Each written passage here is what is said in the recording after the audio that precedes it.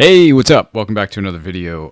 I was going to make another style study video on one of my favorite comic artists, Jaime Hernandez, but a lot of work goes into those videos, and I thought there's got to be a quicker way to make these kinds of videos so that I can make more of them and share with you more of my favorite artists. So I'm going to try something new. I'm going to do something along the lines of a style study video where I focus on one particular artist that I really enjoy, but I wanted to make them shorter. So hopefully these could all be within 5 minutes. And a way of making it a little bit more concentrated and hopefully a little bit more effective is to just focus on one page. So rather than trying to put like a little mini retrospective of that artist's work together, I just thought we would focus on one particular page, a page of theirs that is either very memorable to me or I just thought was a really good example of where that particular artist shines. So again, this is Jaime Hernandez. I would say probably for me, top 3 comic book artists.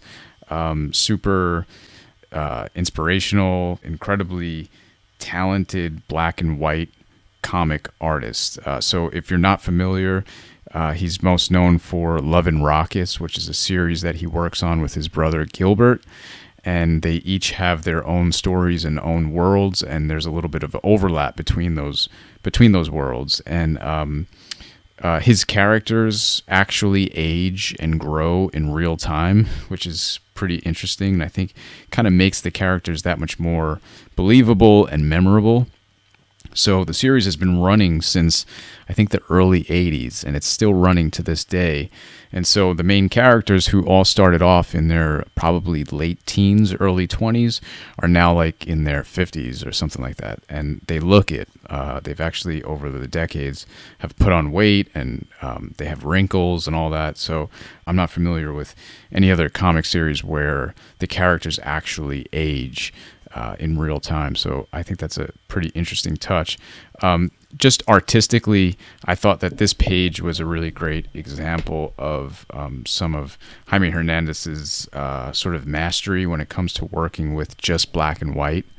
The majority of the Love and Rockets comics are all in black and white. So for me, I feel like if you can make a comic interesting in just black and white without the use of color, I think that's a great bonus and a tip of the hat to the artist.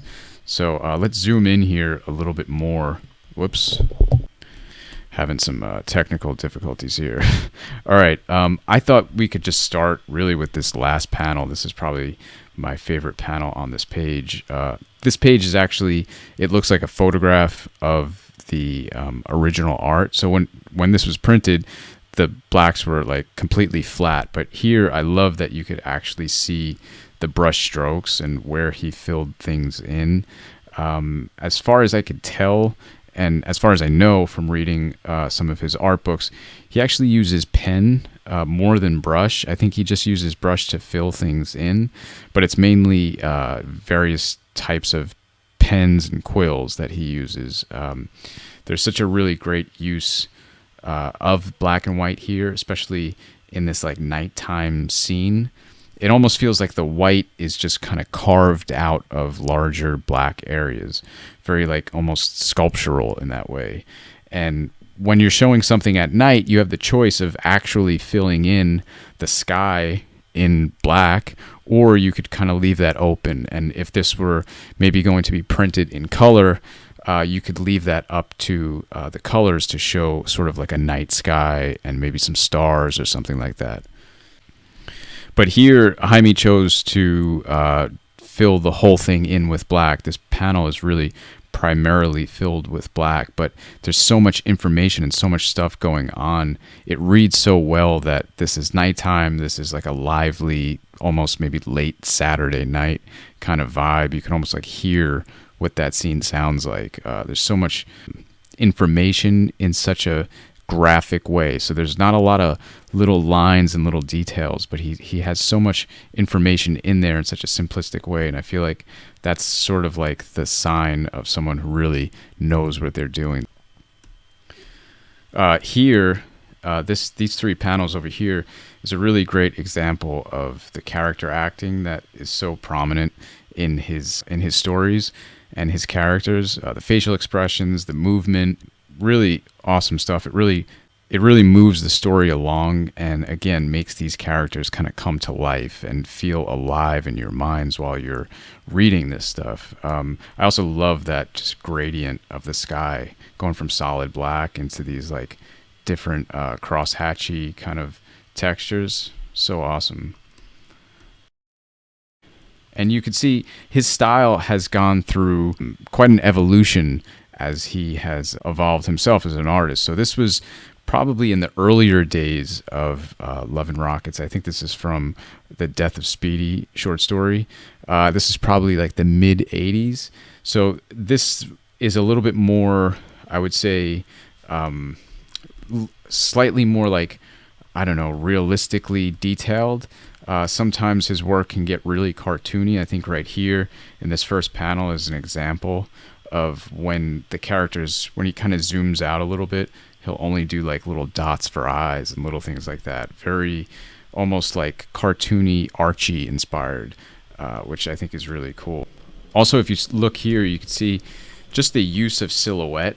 So he's indicating background and environment here without having to draw all these little details. So you know that this is like a little bit of a neighborhood. There's trees, there's some houses back here. Maybe that's like a building structure. And so there's an indication of a background. It really makes the characters feel like they're in somewhere. They're in an actual environment without having to draw all those little details. So again, similar to here in this last panel, there's the indication of very specific environments without having to get overly detailed. And overly detailed stuff can be awesome too. We'll definitely be looking at some artists that are on that side of the spectrum, but I can appreciate this stuff as well. And I feel like anytime you think that you need 1,000 lines in order to describe something, that's not the case, really. You just need the most important ones. So yeah, like I said, I wanted to kind of keep these videos quick, but hopefully this was enjoyable.